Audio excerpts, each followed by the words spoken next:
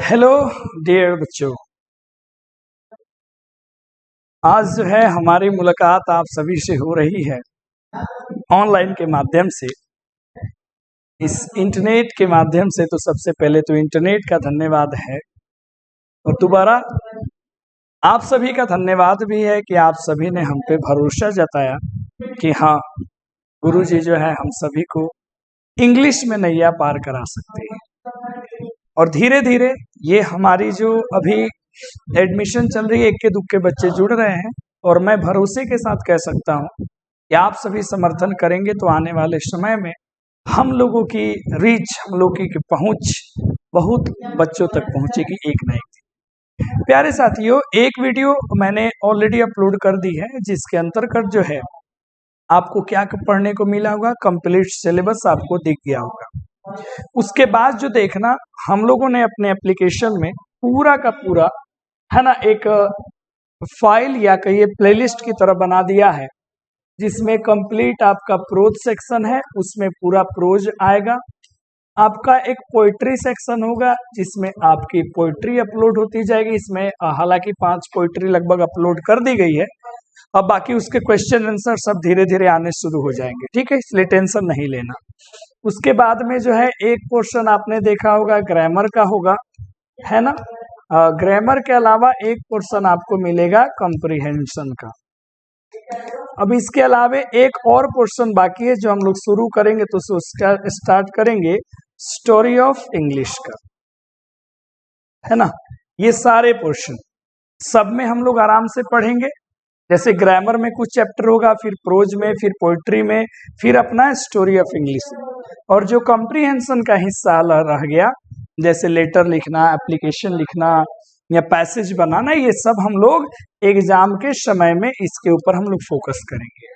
तो अभी फिलहाल हम लोग सब लेकर के चलेंगे और सब पे वीडियोज आपकी आराम से चलती जाएंगी। सब में दो दो चैप्टर आराम से चलते जाएंगे। आप अच्छे से नोट्स बना लेना, एक बुक कंप्लीट रख लेना प्रोज पोइट्री का, एक नोटबुक यानी कि कॉपी रख लेना स्टोरी ऑफ इंग्लिश का, और एक मोटी सी कॉपी बना लेना ग्रामर का, और उसी में ग्रामर कॉम्प्रिहेंशन हो जाएगा। तो 3 कॉपी तो आपको लगने वाली है ना, बिल्कुल ऑफलाइन की तरह मैं पढ़ाऊंगा भी, और मैं आपके नोट्स भी देखूंगा। कैसे देखूंगा वो बाद में हम लोग बातें करेंगे, ठीक है। फिलहाल आज की क्लास में हम लोग स्टार्ट करने जा रहे हैं ग्रामर पोर्शन को, ठीक है। चूंकि इसी पोर्शन में बच्चों को ज्यादा झंझट होता है, ग्रामर पोर्शन को हम लोग स्टार्ट करेंगे, है ना। और प्यारे साथियों, ग्रामर पोर्शन में हम लोग उन पोर्शंस को कंप्लीट करेंगे जो हमारे एग्जाम के पॉइंट ऑफ व्यू से है, उस पे हम लोग ज्यादा डिस्कस करेंगे। सिलेबस टू द पॉइंट हम लोग रखने की कोशिश करेंगे, है ना। चलिए, अब आप कह रहे होंगे अरे सर दिल लूट लिए सर। आइए, तो ग्रामर में प्यारे साथियों सर्वप्रथम आप सभी को एक चीज जानना बड़ा आवश्यक है, जिसे हम लोग कहते हैं बेसिक्स। क्या बोलते हैं? बेसिक्स। बहुत सारी ऐसी चीजें होती हैं जो हमें जाननी आवश्यक होती है, और हमारी ग्रामर की पहली क्लास है, तो मैं उन बेसिक्स पे चर्चा करना चाहूंगा जिसका इस्तेमाल हम लोग कंप्लीट ग्रामर पोर्शन में करेंगे।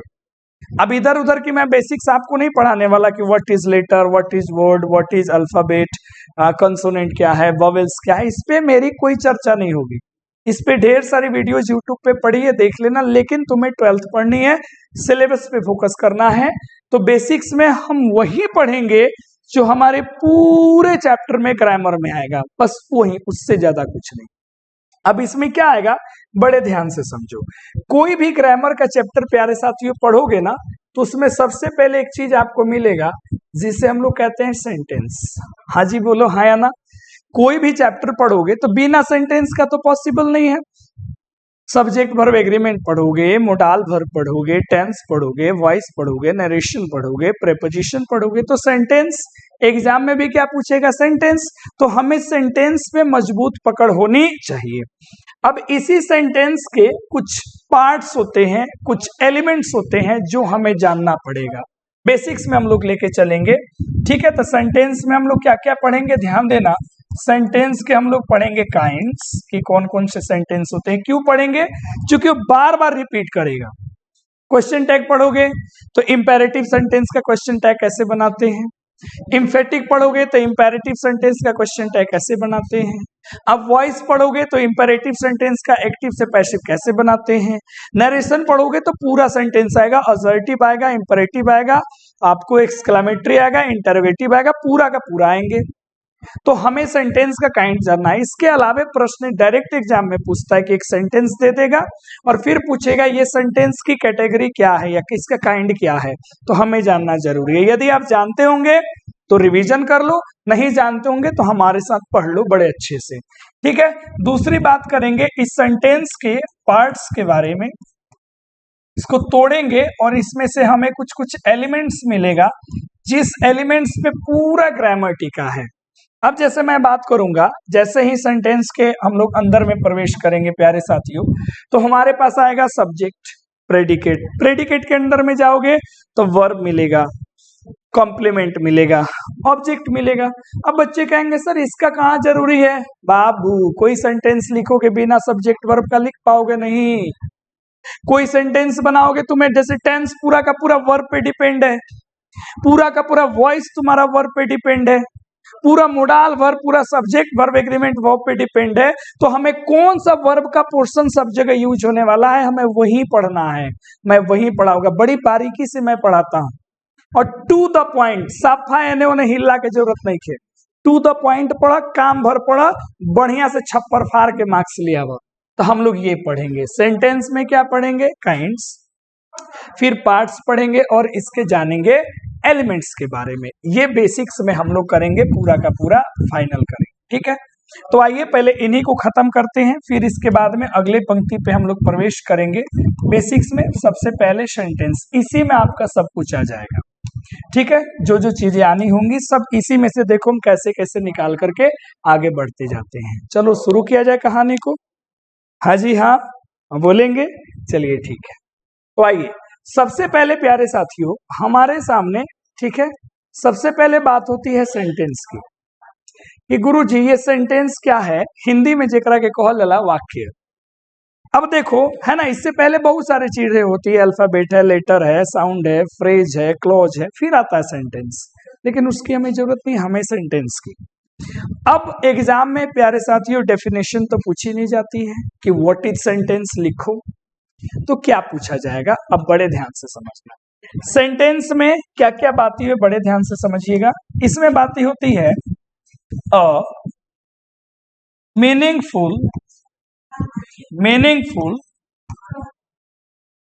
Arrangement of words is called sentence. ध्यान से पढ़िए जरा, सब लोग जहां हो वहीं से रिपीट करो। क्या, a meaningful arrangement of words, यानी कि वर्ड्स के अरेंजमेंट, कैसा अरेंजमेंट, मीनिंगफुल अरेंजमेंट को ही हम लोग क्या कहते हैं, सेंटेंस। यानी कि मान लो अलग अलग तुम्हें वर्ड्स मिले, इन जैसे एक वर्ड हो गया, दो वर्ड हो गया, तीन वर्ड हो गया, चार वर्ड हो गया, इन चारों वर्ड को तुम ऐसे अरेंज करो, ऐसे अरेंज करो जिसका एक मीनिंग निकल जाए, उससे ही हम लोग सेंटेंस कहते हैं, उसे ही हम लोग क्या कहते हैं, सेंटेंस कहते हैं। बात समझ में आया, बात समझ में आया। अब जैसे मान लो हमने यहां कहा, चल रहा है प्यारे साथियों बेसिक्स, कौन बेसिक्स, जिसकी जरूरत, याद रखना है, जिसकी जरूरत, जिसकी आवश्यकता हमें प्रत्येक, ठीक है जी, चैप्टर में पढ़ेगी। किसकी चैप्टर, ग्रामर की चैप्टर, प्रत्येक चैप्टर में होगी, हम उसी पे चर्चा करेंगे, हम इधर उधर ना भटकेंगे, ना आपको भटकने देंगे, ध्यान से समझो, ठीक है। होता तो सब सेंटेंस ही है ना, लिखते हो बोलते हो, उसी सेंटेंस के अंदर से सारा कुछ निकलने वाला है, इसलिए मजे से पढ़ो, ठीक है। चलिए भी थोड़ा सा फुल स्क्रीन कर दे, हमको भी दिखाई दे कि जो लिख रहे हैं वो आपको दिखाई दे रहा है कि नहीं, ठीक है। अब मान लीजिए मैंने यहाँ पे लिखा कि आई टीचिंग इंग्लिश एम, हमने कहा प्यारे बच्चों इसको पढ़ो, आई टीचिंग इंग्लिश एम, आप बोलोगे अरे गुरुजी क्या लिख दिए हैं आप, ऐसे थोड़ी होता है। हम बोलेंगे फिर कैसे होता है? तो गुरुजी एक काम करो, आप पहले आई लिखो। मैंने बोला बढ़िया। आप इसके बाद एम लगाओ। हमने कहा ठीक। उसके बाद आप टीचिंग रखो। हमने कहा बहुत बढ़िया। उसके बाद आपने कहा गुरुजी इंग्लिश लिख दो, फुल स्टॉप दे दो, बन गई सेंटेंस। तो आपने क्या किया? अभी आपने किया है अरेंजमेंट ऑफ वर्ड्स। क्यों किया? ताकि उसकी क्या निकलेगी? मीनिंग निकलेगी। अब प्यारे बच्चों ध्यान से समझना। अब इसी अरेंजमेंट ऑफ वर्ड्स को, इसी अरेंजमेंट ऑफ वर्ड्स को आप बोलते हो स्ट्रक्चर। हाँ जी, कुछ बात पल्ले पड़ा? क्या बोलते हो? स्ट्रक्चर। इसी अरेंजमेंट ऑफ वर्ड्स को राजा क्या बोलते हो? स्ट्रक्चर। अब स्ट्रक्चर का मतलब क्या हुआ? Arrangement of words. Arrangement of words. अब जब स्ट्रक्चर है तो हमें यह पता होना चाहिए कि different kinds of sentences have different structures, यानी कि अलग अलग प्रकार के जो सेंटेंसेस होते हैं उनके अलग अलग स्ट्रक्चर्स होते हैं। तो मैंने यहां पे लिखा कि different sentences have different structures। तो जैसा सेंटेंस होगा वैसा उसका स्ट्रक्चर होगा। बात स्पष्ट हो गई? कोई समस्या? तो स्ट्रक्चर हम क्या करेंगे, जैसे जैसे काइंड्स पढ़ेंगे वैसे वैसे स्ट्रक्चर को भी साथ में लेके चलेंगे। ठीक है, मस्त समझ में आ रहा है?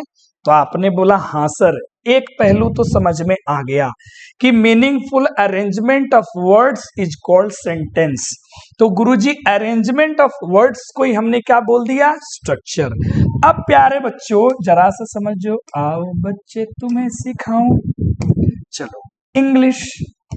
अब बड़े ध्यान से इस वाले सेंटेंस को जरा देखियो राजा। हम यहाँ कुछ लिख रहे हैं।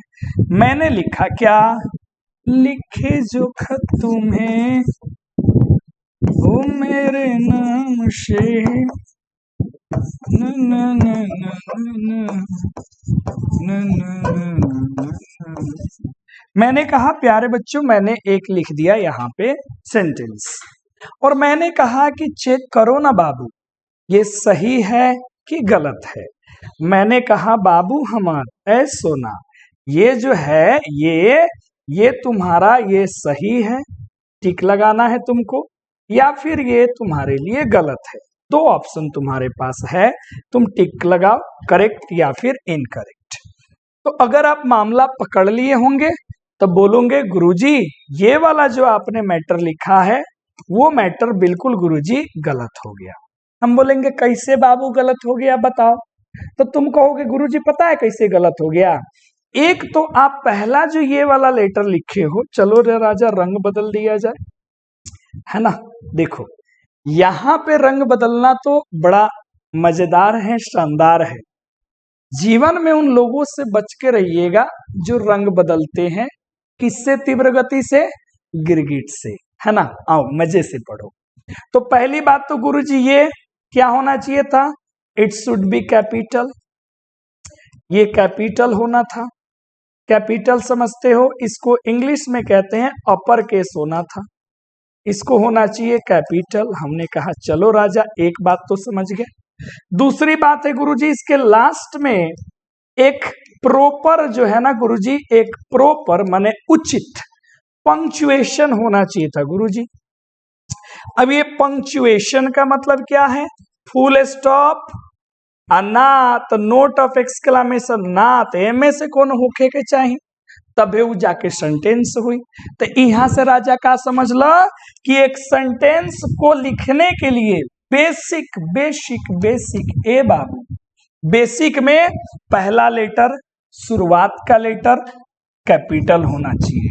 यानी कि समझिएगा सेंटेंस का बिगिनिंग होना चाहिए, मतलब बिगिनिंग होना चाहिए।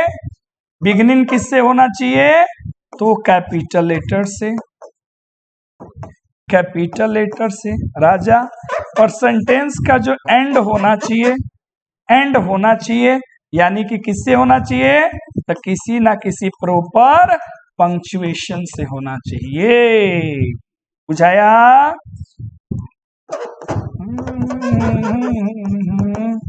अब यहाँ पे बहुत राजा पूछता है बचवा सब बचिया सब कि ऐ सर जी कहाँ फुल स्टॉप लगाएंगे, कहाँ पे जो है क्वेश्चन मार्क लगाएंगे? तो हम बोलेंगे ए हमार बाबू तनी सा वेट करो, जैसे डिफरेंट स्ट्रक्चर होगा ये भी तुम्हारा क्लियर हो जाएगा। तो एक सेंटेंस के बारे में क्या पढ़े? Point number 1, arrangement of words for meaning, पहला पॉइंट। पॉइंट नंबर 2, सेंटेंस का शुरुआत कैपिटल लेटर से होना चाहिए और एंड में एक पंक्चुएशन होना चाहिए। बोलो इतना समझ में आ गया? खूब बढ़िया से नोट्स बनाना, क्योंकि कोई भी तुम क्वेश्चन आंसर बेटा करोगे तो सेंटेंस ही लिखोगे, और जब सेंटेंस लिखोगे तो ये गलतियां तुमसे होती है। अब मुझे ये नहीं आपको सिखाना है कैपिटल लेटर आप क्या क्या, तो सेंटेंस का पहला लेटर कैपिटल लिखते हैं। कोई भी प्रॉपर नाउन होगा उसका भी फर्स्ट लेटर कैपिटल लिखते हैं, और आए जहां भी आएगा वो कैपिटल होता है, चाहे बीच में आए लास्ट में आए कहीं भी आए वो कैपिटल होता है। तो ये याद रखना, ठीक है। अब आ जाओ, सेंटेंस के बारे में ज्ञान प्राप्त हो गया होगा तुमको, बेसिक जो मुझे देना था। इसके बाद राजा पढ़ते हैं हम लोग, बड़े ध्यान से देखना। इसके बाद आता है काइंड्स ऑफ सेंटेंसेस। हमें क्या पढ़ना है? Kinds of sentences. तुम दिल की धड़कन में रहते हो, रहते हो, बाहों में आ जाओ। चलो, kinds of sentences, kinds of sentences यानी कि वाक्यों के कितने प्रकार होते हैं। अब देखो वाक्यों का ये जो प्रकार है ना, अलग अलग आधार पे बांटा गया है। किस पे बेटा? अलग अलग बेस पे बांटा गया है, ठीक है। जैसे हम जनरली पढ़ते हैं सिंपल, कॉम्प्लेक्स, कंपाउंड और मिक्स्ड, तो इसकी जरूरत हमें क्लॉज में पड़ती है। स्ट्रक्चर के आधार पे सेंटेंस अलग है, मीनिंग के आधार पे सेंटेंस अलग है। तो ये जो हम लोग पढ़ने जा रहे हैं, ये हम लोग पढ़ने जा रहे हैं on the basis of meaning, ठीक है, यानी कि अर्थ के आधार पर। राम शिया राम, किसके आधार पे प्यारे बच्चों? अर्थ के आधार पे हम पढ़ेंगे सेंटेंस को। किसी को कोई दुख तकलीफ कष्ट पीड़ा समस्या नहीं है? तो देखो इस पर भी बहुत सारे सेंटेंस होते हैं, लेकिन हमने क्या कहा कि वही पढ़ना है जो प्रत्येक चैप्टर में आएगा, इससे ध्यान नहीं भटकाना अपने को। तो हमें कहाँ जाना है? चलो चलते हैं। तो सबसे पहला अपने सामने आता है प्यारे बच्चों, जिसको हम कहते हैं असर्टिव सेंटेंस।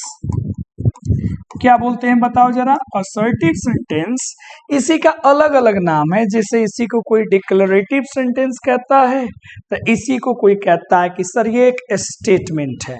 अलग अलग प्रकार से नाम दिए जाते हैं, आप भी दे सकते हो, ठीक है।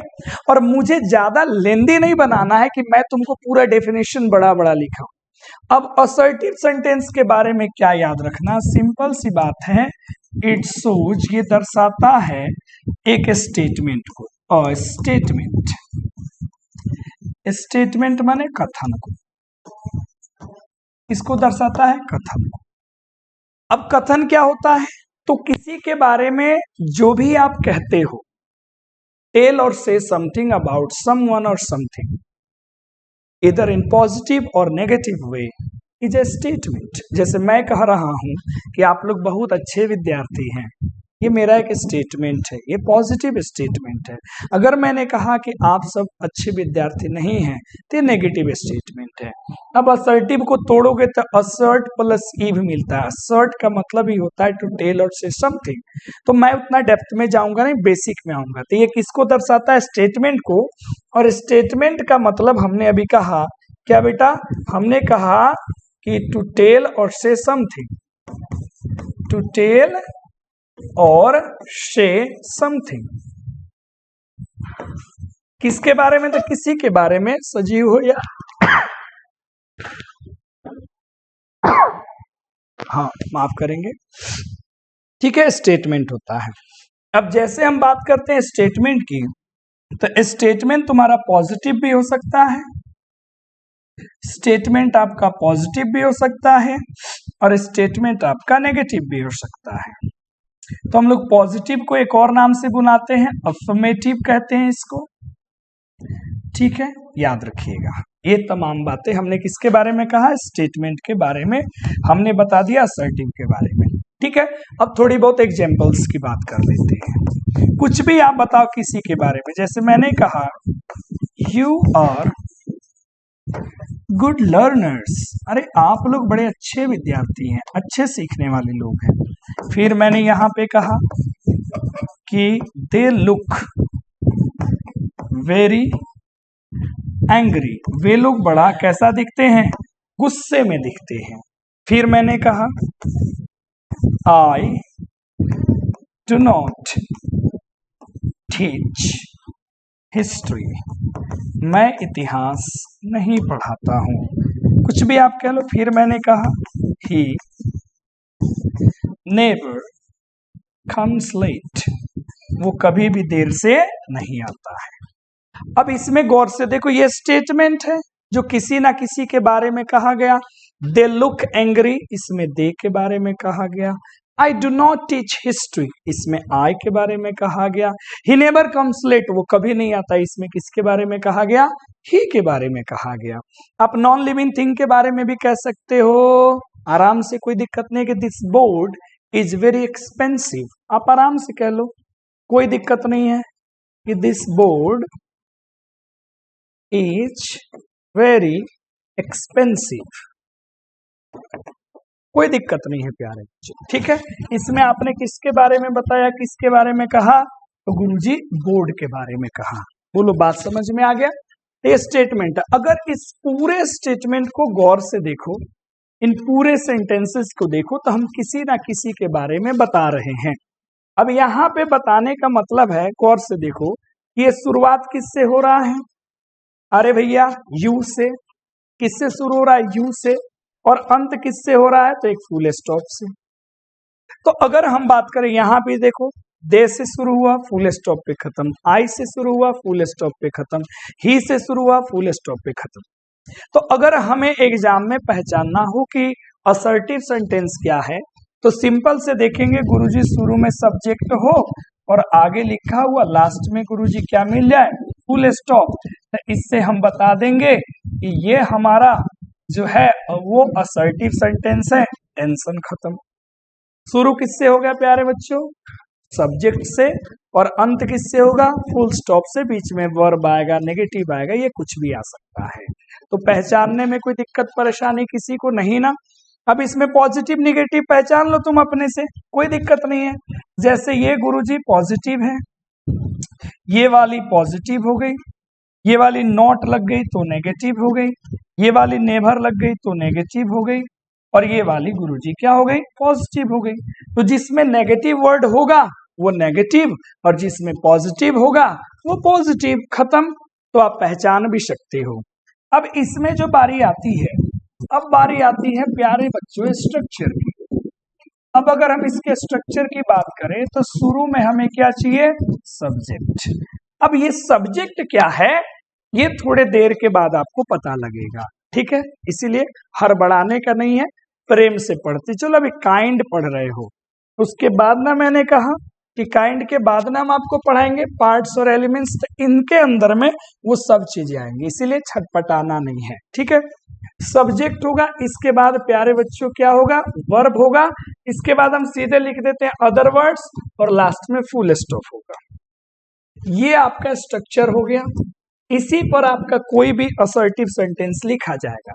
और इसमें अगर हमें नेगेटिव वर्ड का यूज करना है, तो अगर इसमें अगर हमने नेगेटिव वर्ड का यूज किया, अगर इसमें, हाँ इसमें सीधे लिख देते हैं इसमें कि नेगेटिव वर्ड्स का यूज किया जा सकता है। यूज भी करते हैं। अब वो करने के तरीके अलग अलग हैं।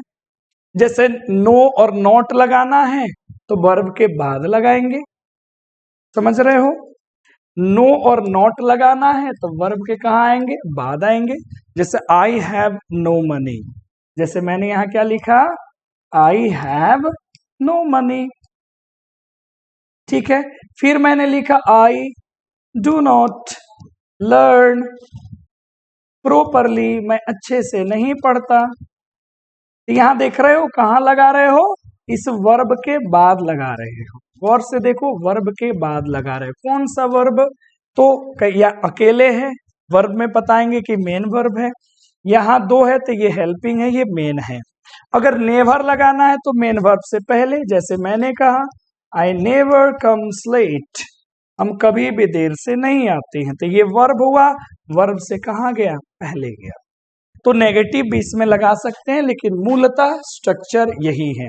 और पहचान क्या मिल गया आपको, कि गुरुजी सब्जेक्ट से शुरू होकर के फुल स्टॉप पे खत्म, वो असर्टिव सेंटेंस हो जाएगी। चलो भैया समझ में बात आ गया, पहला सेंटेंस क्लियर हो गया है ना, जिसके माध्यम से कुछ कहते हैं, बताते हैं। और राज की बात जानते हैं, राजा है ना, छोड़ो थोड़ी देर के बाद बताते हैं, मजा आ जाएगा, है ना। जैसे बहुत सारे बच्चे होते हैं ना, क्वेश्चन आंसर लिखना उनको नहीं आता है, वो रटते हैं कि इसका आंसर ये होगा, इसका आंसर ये होगा, है ना। अब हमारे पास समय है नहीं, समय 6 ही महीना है, उसके अंदर में संपूर्ण बातें आपको पढ़ा देनी है।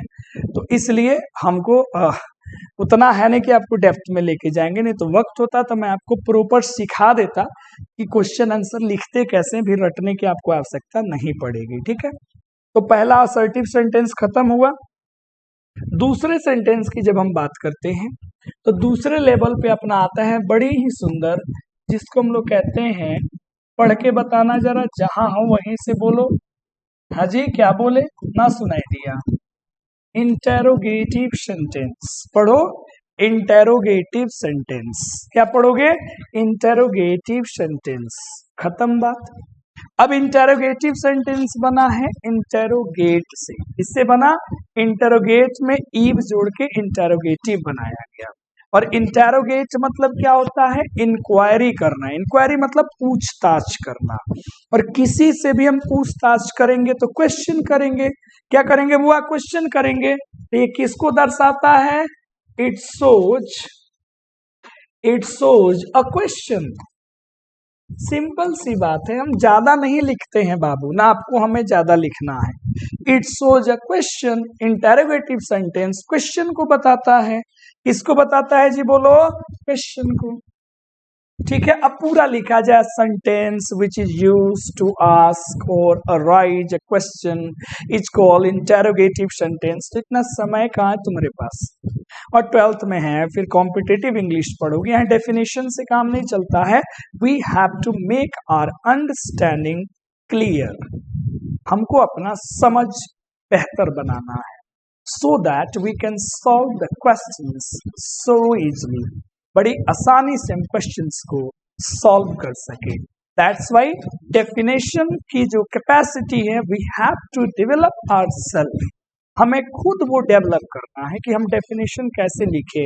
And when it be possible, कब ये पॉसिबल होगा, when you learn, when you understand the things how it's going, कैसे जा रहा है, तब नु बुझाई राजा तारा, समझ ला बाबू हमार। अब आ जा, ये क्वेश्चन को दिखाता है, किसको दिखाता है, बोलो जी जरा, क्वेश्चन को, ठीक है।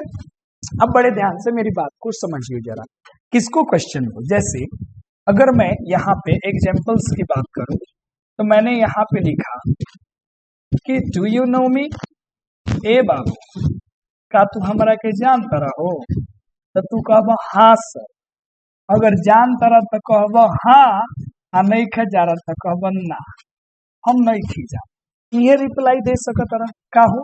अगर हम एकरे के पलट दिया, एकरे के पूछी, ए बाबू वाई टू, ठीक है, जैसे, ठीक है, कोई दिक्कत नहीं, नोट लगाना पड़ता। हमने यहाँ लिखा हाउ डू यू नो मी, ए बाबू तुम हमको कैसे जानते हो रे।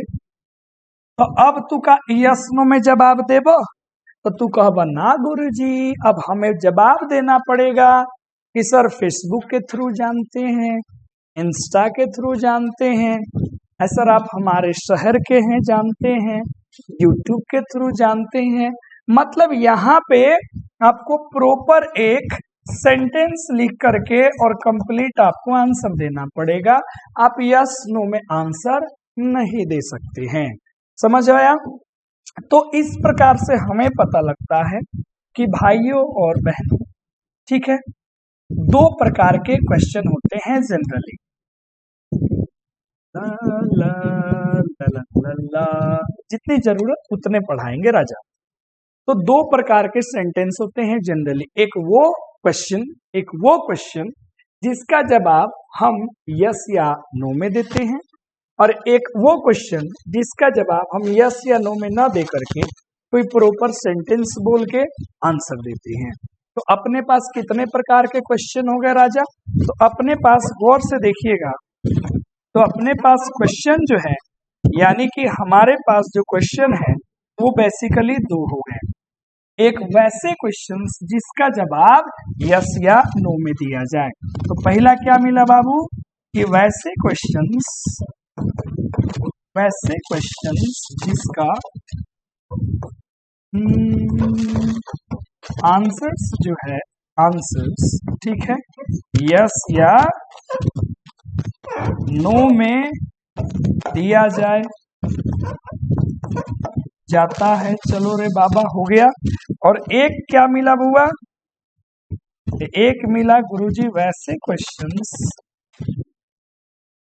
ठीक है, जिनका, यहाँ पे ना कर लो, जिनका आंसर्स, ठीक है, यस या नो में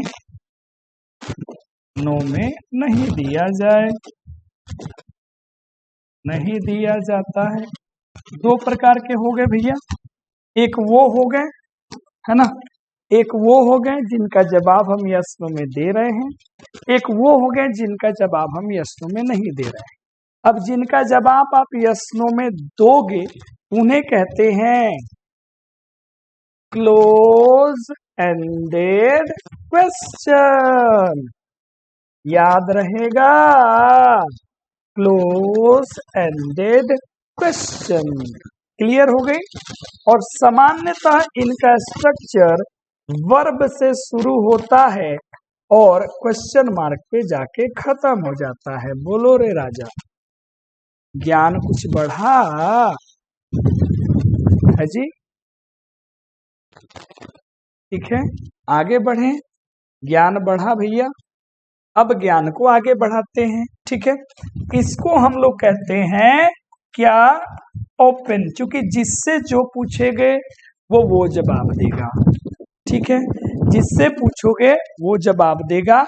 जैसे मैंने तुमसे पूछा हाउ डू यू नो मी, तुम मुझे कैसे जानते हो, तो आप क्या जवाब देंगे कि मैं आपको फेसबुक से जानता हूँ, कोई इंस्टा, कोई ट्विटर, कोई कहेगा आप मेरे शहर के हो, भाई दीदी के माध्यम से जानते हैं। So different persons have different types of questions.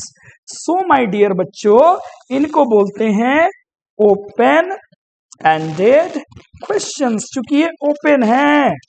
और इनका जब आप लिखते हो स्ट्रक्चर, तो प्यारे बच्चों शुरू में WH क्वेश्चन वर्ड और इसको चिपका दिया जाता है। कभी कभी इसमें प्यारे बच्चों हम लोग देखेंगे सब्जेक्ट भी नहीं रहता है, तो ये हमने बेसिकली जनरली बेसिक्स में आपको पढ़ा दिए। बोलो यहां तक समझ में बात आया कि नहीं आया? हाँ जी, समझ में आई बात? तो चलो जरा एक बार रिवीजन करो। एक छोटा सा कॉल है उसको ले लेते हैं, एक बार रिवीजन करो सभी लोग।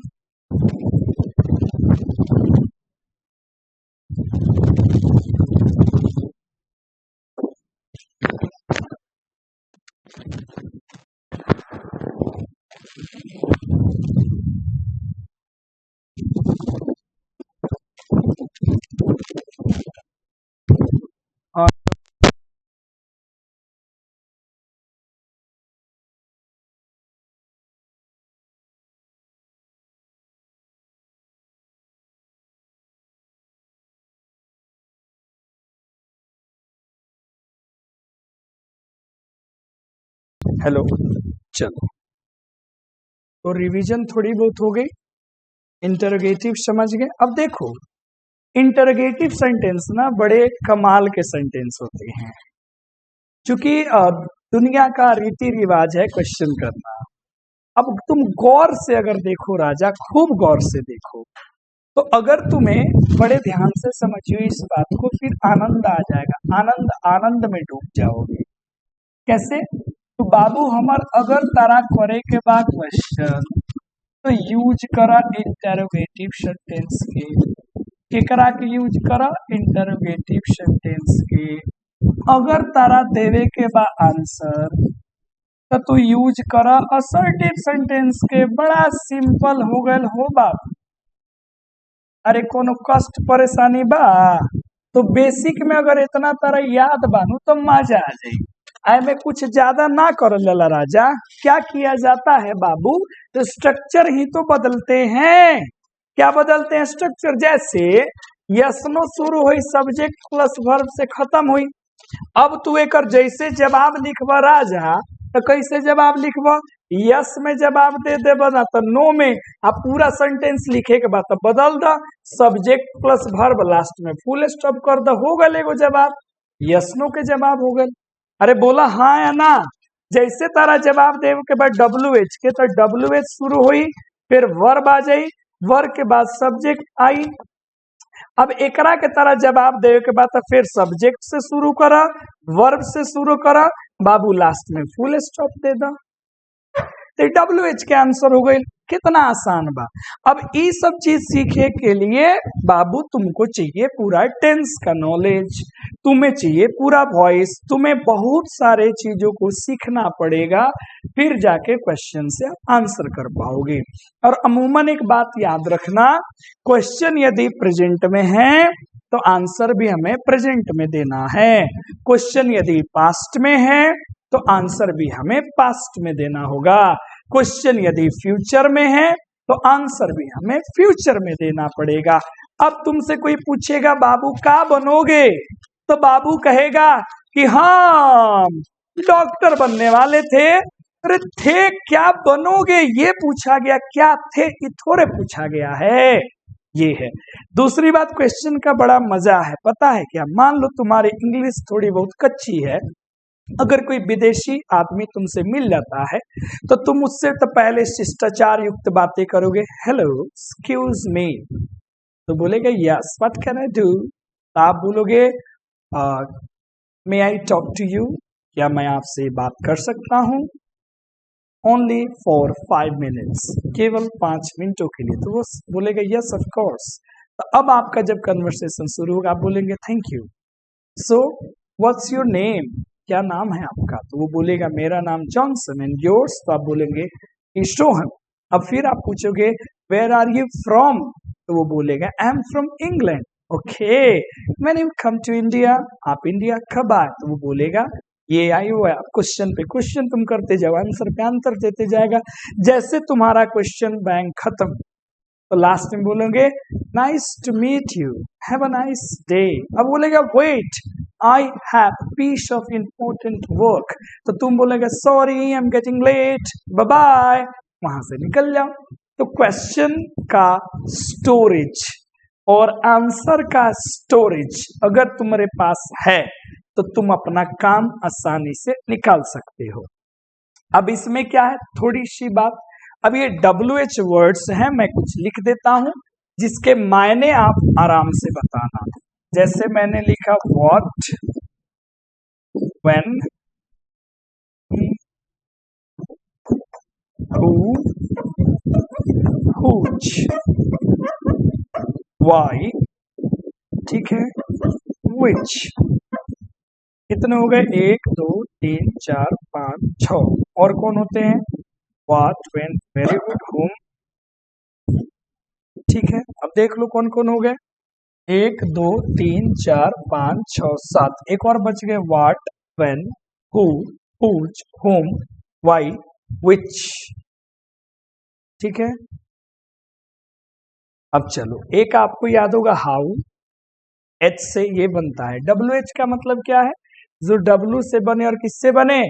एच से बने, तो व्हाट हो गया, व्हेन हो गया, हु हो गया, हुज हो गया, वाई हो गया, विच हो गया, हुम हो गया, और एक हो गया हाउ। आराम से आप कर सकते हो ये WH वर्ड से, ठीक है। देख लीजिए ये टोटल 4 5 6 7 8 मैया रे मैया, एक छूट रहा है। चलो बता दो इसमें क्या होना चाहिए।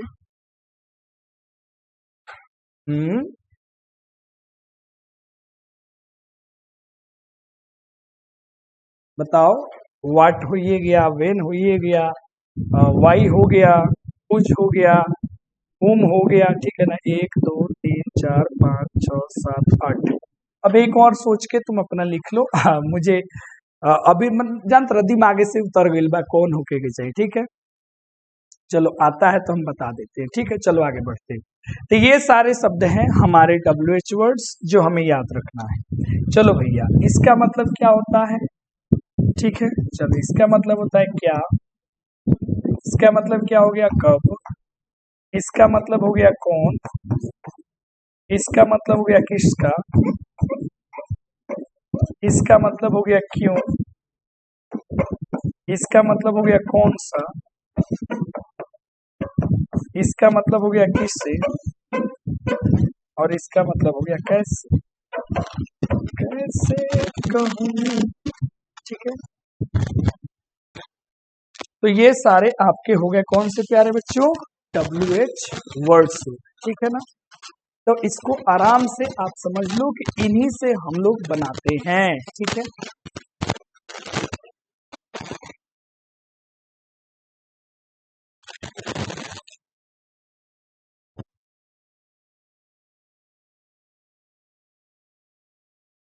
ठीक है ना। तो चलिए अब थोड़ा सा जल पी लिया जाए, तब तक आप लोग आराम से कर लीजिए।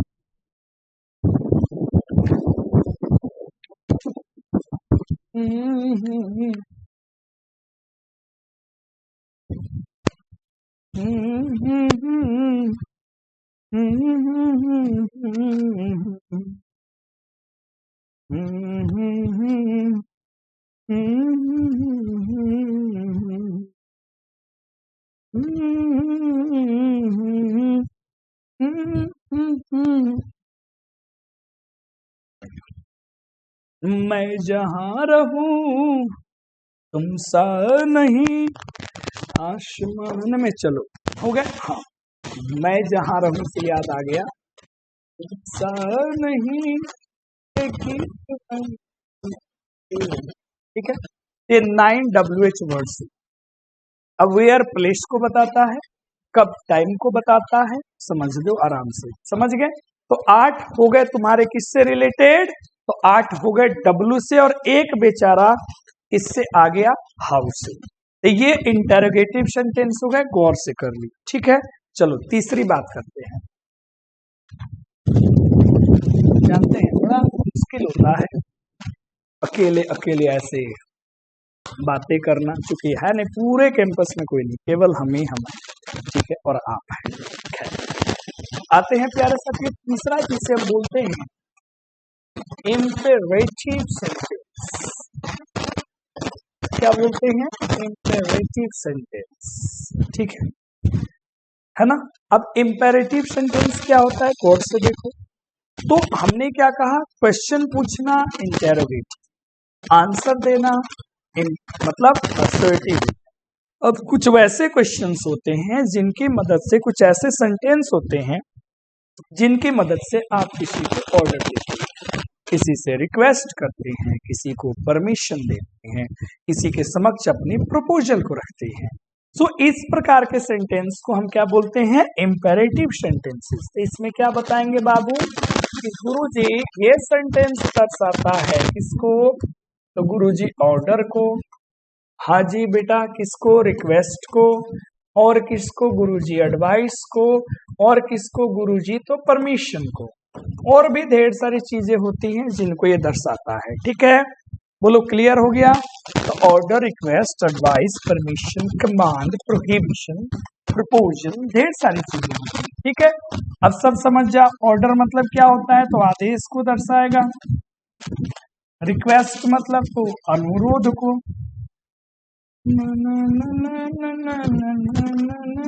सलाह को और अनुमति को। प्रोहिबिशन भी होता है मना करना, है ना। अब देख लेना गौर से, एडवाइस को जरा देखना।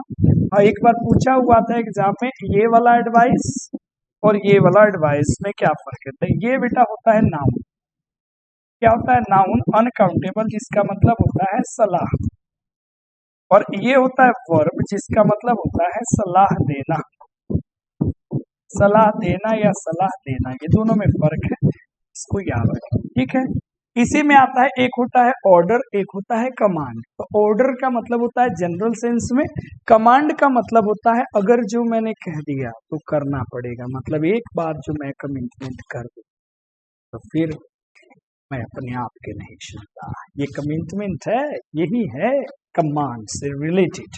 जैसे कमांड से बना कमांडर जो आर्मी में होता है ना, ये हो गया। अब इसके बारे में दो तीन बातें आपको धड़ाधड़ जान लेना है। क्या जान लेना है? धड़ाधड़ समझिए कि कोई भी इंपेरेटिव सेंटेंस राजा, कोई भी इंपेरेटिव सेंटेंस अगर आप स्ट्रक्चर उसका लिखना चाहोगे तो वर्ब वन देना होगा और उसके बाद में कुछ भी अपेटो लास्ट में जाके फुल स्टॉप तुमको देना पड़ेगा। ये होता है इंपेरेटिव सेंटेंस। क्या होता है? Imperative sentence. अब इसमें वर्ब वन ही क्यों होता है? अब इसके पीछे की अलग कहानी है। क्यों होता है? क्योंकि एक तो है यहाँ पे जो यू होता है सब्जेक्ट के रूप में, यू जो होता है एज ए सब्जेक्ट होता है, जो कि ओबियस होता है, जो कि क्या होता है बुआ? ओबियस होता है, या विच इज अंडरस्टूड। अंडरस्टूड होता है, मतलब हमें पता है ना कि मैं ऑर्डर सामने वाले को दे रहा हूं तो बोलूंगा जाओ पानी लाओ। मैं ये थोड़ा कहूंगा तुम जाओ पानी लाओ, नहीं भैया। मैं रिक्वेस्ट करता हूं तो मुझे पता है ना कि मैं सामने वाले को बोल रहा हूं कि प्लीज प्लीज काइंडली। तो इसलिए इसमें यू जो है ना वो रहता है साइलेंट या अंडरस्टूड, उसकी बोलने की जरूरत नहीं होती है। दूसरी बात भैया यू है, ठीक है। दूसरी बात यह है कि जब भी आप imperative sentence order request advice करते हो तो आप प्रेजेंट में करते हो, यानी कि यहां पे आपको यूज करना पड़ता है प्रेजेंट टेंस का। और प्रेजेंट टेंस कहता है राजा या तो वर्ब वन दो और नहीं तो वर्ब का पांचवा रूप। अब तुम बताओ, यहाँ पे जो है यू है तो यू के साथ क्या लगेगा? वर्ब वन, इसीलिए हमेशा इसमें वर्ब वन रहता है, हेंस प्रूव्ड। ठीक है, मजा आ गया बात। अब अलग अलग इसमें एग्जाम्पल्स के थ्रू आप जा सकते हैं, कोई दुख तकलीफ कष्ट पीड़ा नहीं होनी चाहिए आपको। जैसे मैंने लिखा गो देयर, वहां जाओ, फिर हमने आपको मना कर दिया डोंट गो देयर, वहां मत जाओ। फिर हमने रिक्वेस्ट कर लिया प्लीज गो देयर, कृपया वहां जाइए। उसी तरह आप जितना भी चाहे सेंटेंस आप बना सकते हो। जैसे मैंने कहा, मम्मा ने कहा कि डोंट प्ले बेटा इन द सन, बेटा धूप में मत खेलो। सन का मतलब यहाँ हो गया धूप।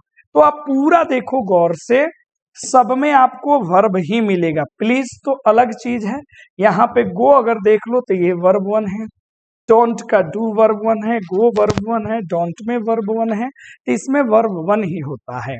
तो अब गौर से देखो, असर्टिव पहचानना हो तो सब्जेक्ट से शुरू करो, फुल स्टॉप पे खत्म। इंपेरेटिव इंटेरोगेटिव पहचानना हो तो लास्ट में क्वेश्चन मार्क। इंपेरेटिव पहचानना हो तो लास्ट में फुल स्टॉप होगा, लेकिन शुरू में सब्जेक्ट नहीं होगा, गड़बड़ियो मत। और इसका खूब इस्तेमाल होता है राजा, खूब। ठीक है, चलो जी अब कहानी को लेके चलते हैं आगे। तो ये इंपेरेटिव की बात हो गई। अब इंपेरेटिव के बाद आगे आती है बात जिसे हम लोग कहते हैं एक्सक्लामेटरी सेंटेंस। ठीक है, अच्छा कहीं कहीं प्यारे साथियों ऑप्टेटिव भी लिखा रहता है। क्या लिखा रहता है बोलो? ऑप्टेटिव भी लिखा रहता है, लेकिन मॉडर्न इंग्लिश में अब ऑप्टेटिव को भी किस में रख दिया गया? एक्सक्लामेटरी सेंटेंस के अंदर में रख दिया गया। अब देखो, कुछ बताना हो असर्टिव, पूछना हो इंटरोगेटिव, ऑर्डर वगैरह देना हो, एडवाइस वगैरह देना हो, रिक्वेस्ट करना हो तो इंपेरेटिव। अब ये तीनों के अलावे अब हमें अपनी फीलिंग्स को अगर व्यक्त करना हो किसको व्यक्त करना हो, फीलिंग्स को, तो उसी के लिए बनाया गया एक्सक्लामेटरी सेंटेंस। तो ये क्या करता है, इट शोज आवर फीलिंग्स, ये हमारे फीलिंग्स को। अब कोई कहता है कि ना गुरुजी सडन फीलिंग लिख दो, तो ठीक है, एक ही बात है, सडन फीलिंग, सडन माने अचानक, या इसी कोई कहता है स्ट्रॉन्ग फीलिंग्स, तो चलो ठीक है, जो हमारे फीलिंग्स को दर्शाता है। और जो भी एक्सक्लामेटरी सेंटेंस लिखते हो ना बाबू, याद रखियो इसमें ये वाली साइन तुमको पक्का मिलती है। कौन वाली साइन, ये वाली साइन। और इसको आप किस नाम से जानते हो बाबू, इसको बोलते हो आप नोट ऑफ एक्सक्लामेशन। क्या बोलते हो, नोट ऑफ एक्सक्लामेशन। और उस वाले साइन को क्या बोलते हो, पीछे जो अभी हमने पढ़ाया, जल्दी बता दो, तो वो आप जानते हैं इसीलिए मैंने उसको रिपीट नहीं करा। इसको आप क्या बोलते हो, क्वेश्चन मार्क, क्या बोलते हो, या नोट ऑफ इंटरोगेशन, है ना प्यारे बच्चों। और इस वाले लाइन को, इस वाले पंक्चुएशन को, माफ करना लाइन नहीं, पंक्चुएशन को क्या बोलेंगे, फुल स्टॉप। बोलोगे यार सर क्या मजाक करते हैं सर, ये तो दोनों जानते थे ना, ये नहीं जानते थे तो हमने बना दिया। हम तो बैच में बोलते इसको उल्टा छुटका ही याद रखना है ना। तो ये जहां मिल रहा है क्वेश्चन, वो इंटरोगेटिव, ये मिल रहा है तो दो, असर्टिव नहीं तो इम्पेरेटिव, सब्जेक्ट तो असर्टिव नहीं है तो इम्पेरेटिव। तो अब हम पढ़ रहे हैं सडन फीलिंग्स, जो हमारी अचानक भावनाओं को व्यक्त करता है सेंटेंस, उसे हम एक्सक्लामेटरी सेंटेंस कहते हैं। अब अचानक हमारी भावनाएं क्या क्या हो सकती है बाबू, ठीक है, इनको थोड़ा सा कोपचे में लेके चला जाए। हाँ अब हो ए बाबू कहने आ जाता से कहे ला जागे ना हो न न न न न न न न न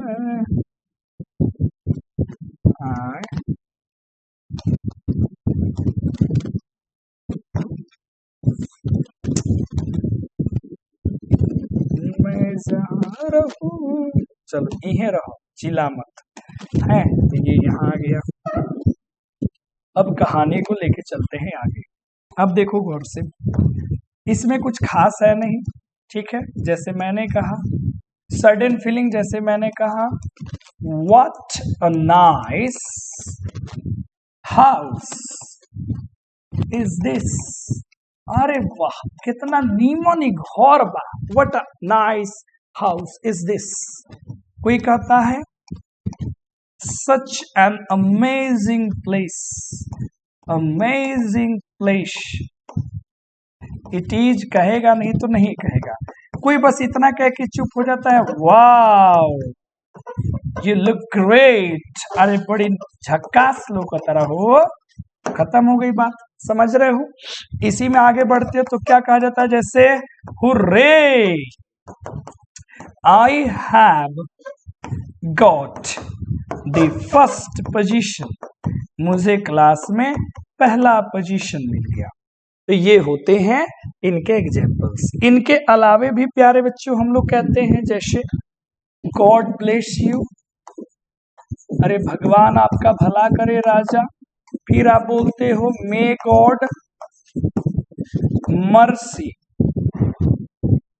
मर्सी ऑन यू, भगवान तुम्हारे ऊपर दया करे। फिर आप बोलते हो may you pass the exam, ऊपर वाले करे कि तुम परीक्षा पास हो जाओ। तो यहां से मे से रिलेटेड सेंटेंसेस बनते हैं, मे से रिलेटेड, और इन्हीं को कहीं कहीं में से रिलेटेड सेंटेंसेस ये होते हैं, और इन्हीं को कहीं कहीं ऑप्टेटिव सेंटेंस के अंदर में रखा जाता है।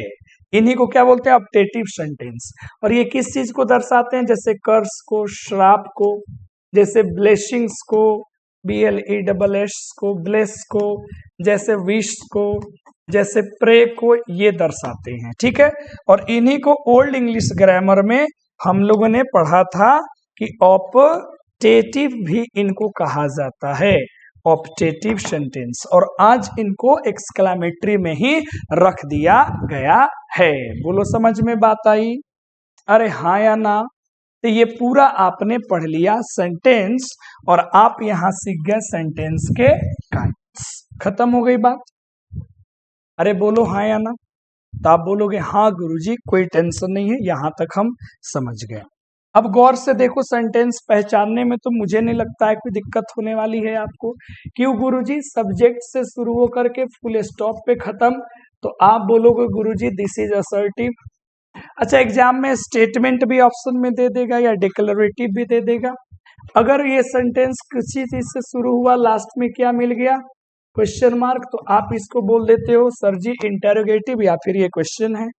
अगर ये वर्ब वन से शुरू हुआ और लास्ट में खत्म हो गया फुल स्टॉप पे, मतलब गौर से देख लो इसमें सब्जेक्ट नहीं है, इसको आप बोलते हो गुरुजी इंपेरेटिव हो गया। और जिसमें अगर हमको नोट ऑफ एक्सक्लामेशन मिल गया तो आप बोलते हो गुरुजी ये क्या हो गया? तो एक्सक्लामेटरी हो गया। तो टेंशन खत्म, सेंटेंस पहचान सकते हैं। एग्जाम में क्वेश्चन आएगा, आप आराम से पहचान। ठीक है, अब देखो एग्जाम में कैसे क्वेश्चन बनेंगे। अब एक सवाल लेते हैं बोर्ड में।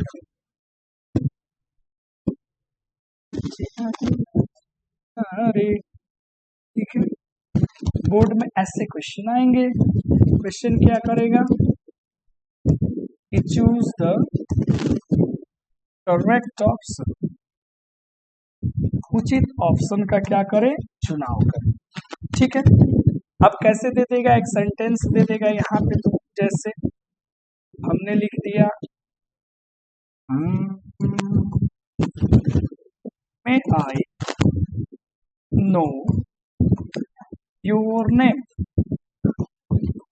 ठीक है, क्वेश्चन दे दिया, आपके ऑप्शंस यहाँ तैयार हो जाएंगे। ऑप्शन में लिखेगा स्टेटमेंट, फिर ऑप्शन में लिखेगा ऑर्डर।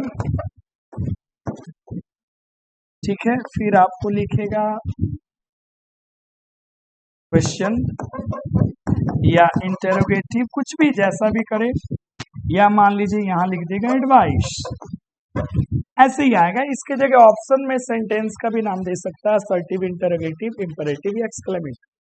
तो क्वेश्चन मार्क आपने देखा and you are going with question. ऐसा कभी कभी ये भी ध्यान देना, क्वेश्चन नहीं देगा तो गौर से देखना, कभी कभी राजा हम रिक्वेस्ट भी करते हैं क्वेश्चन के माध्यम से। क्या करते हैं? रिक्वेस्ट भी करते हैं, उससे आप आराम से बना लेना। उम्मीद करते हैं कि अब सेंटेंस पहचानने में आपको तनिक भी दिक्कत परेशानी होने वाली नहीं है। तो इसमें पूरा सेंटेंस कवर हो गया। अब अपना टॉपिक आगे है, वो क्या टॉपिक है देखो गौर से। अब टॉपिक है क्या?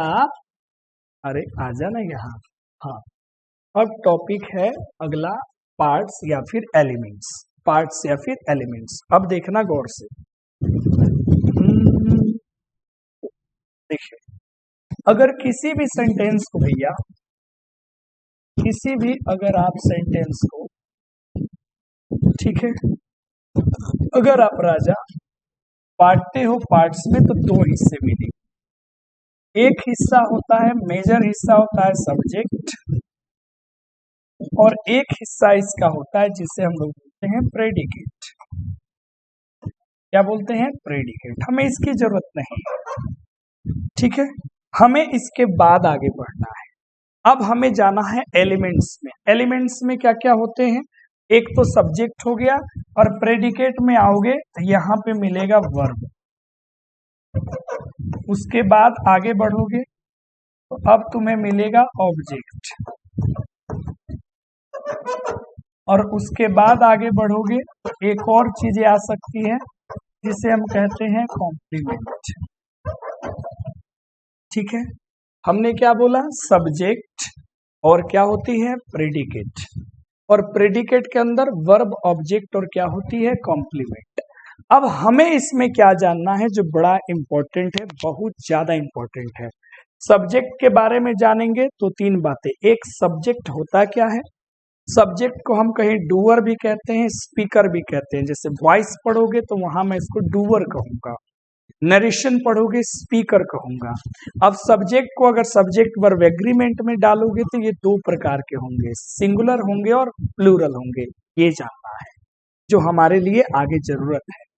जैसे हम आएंगे प्रेडिकेट में तो प्रेडिकेट क्या होता है वो जानेंगे, फिर जानेंगे वर्ब में। तो वर्ब में हमें कौन कौन सा जरूरत है, तो वर्ब का क्लासिफिकेशन करेंगे जो हमारा पार्ट है। जैसे मोडाल वर्ब क्या है?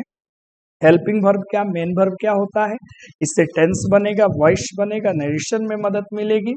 और इसके अलावा वर्ब सिंगुलर और प्लूरल में क्या होता है, जिससे हमें सब्जेक्ट वर्ब एग्रीमेंट में मदद मिलेगी। हमने शुरू में ही कहा हम वही पढ़ाएंगे जो आपको जरूरत पड़ेगा, है ना। उसके बाद प्यारे बच्चों पढ़ेंगे ऑब्जेक्ट। तो ऑब्जेक्ट दो चीजों का होता है, एक वर्ब का होता है, तो जिस वर्ब का ऑब्जेक्ट होगा वो वर्ब ट्रांजिटिव या फिर इंट्रांजिटिव हो जाएगी। Is that clear? ओके। उसके बाद हम पढ़ेंगे प्रेपोजिशन का ऑब्जेक्ट। अब बोलोगे ये क्यों, ये पूरा आगे काम आएगा, ट्रांजिटिव इंट्रांजिटिव है तो बेटा तुम वॉइस अच्छे पढ़ पाओगे। प्रेपोजिशन का ऑब्जेक्ट का जानकारी है तो सब्जेक्ट वर्ब एग्रीमेंट और प्रेपोजिशन में तुमको मदद मिल जाएगी। कॉम्प्लीमेंट का ज्यादा यूज नहीं होता है। तो ये क्लास बहुत इंपॉर्टेंट है, अगली क्लास आप जरूर पढ़िएगा क्योंकि उसमें ये खत्म हो जाएगा और वहां हम लोग बेसिक्स को खत्म कर देंगे और फिर पहला चैप्टर मैं शुरू करूंगा सब्जेक्ट वर्ब अग्रीमेंट। देखो पहले ही नाम आ गया सब्जेक्ट तो पहले से जानकारी होगा, फिर आ गया वर्ब तो पहले से जानकारी होना चाहिए, तभी जाकर के चैप्टर आपको समझ में आएगा। तो आई होप कि आपको ये क्लास ग्रामर की बेसिक्स की पहली क्लास बड़ी शानदार लगी होगी। सुंदर तरीके से नोट्स करना। और हाँ प्यारे बच्चों, किसी को भी किसी प्रकार का अगर डाउट होगा ना तो मैं अपना पर्सनल नंबर आप सभी को दे देता हूँ। उस पे अच्छे से आप लोग क्या करना, डाउट सीधे पूछना, मैं समय मिलेगा मैं जवाब दूंगा। और याद रखिए व्हाट्सएप करना 7999556261 पे, ठीक है। काम करो इस पे नहीं, ठीक है। आप ये वाला नंबर ले लो 9852756519, ठीक है। इस पे आराम से आप व्हाट्सएप करियो, ठीक है, बिना किसी झिझक के। कोई भी क्वेश्चन होगा आप करना, डायरेक्ट क्वेश्चन नहीं, आप बताना कि सर हम आपके ऑनलाइन बैच के स्टूडेंट हैं, ऑनलाइन बैच के गुरुजी हम स्टूडेंट हैं गुरुजी, और हमारा ये क्वेश्चन है ये वाली क्लास में समझ में नहीं आया, तो मैं क्वेश्चन को कर लूंगा अपने पास और आपको वहीं पे अगर बता दिया तो अच्छी बात, नहीं तो अगली क्लास जब मैं आपको लूंगा तो उसमें उस क्वेश्चन को मैं डिटेल में दे दूंगा। तो बहुत बहुत धन्यवाद, जल्द मिलते हैं अगली क्लास में। और अपने दोस्तों को भी बताओ यार कि कोई है जो ग्रामर को बड़ी शिद्दत से, इंग्लिश को बड़ी शिद्दत से पढ़ा रहा है। Thank you very much.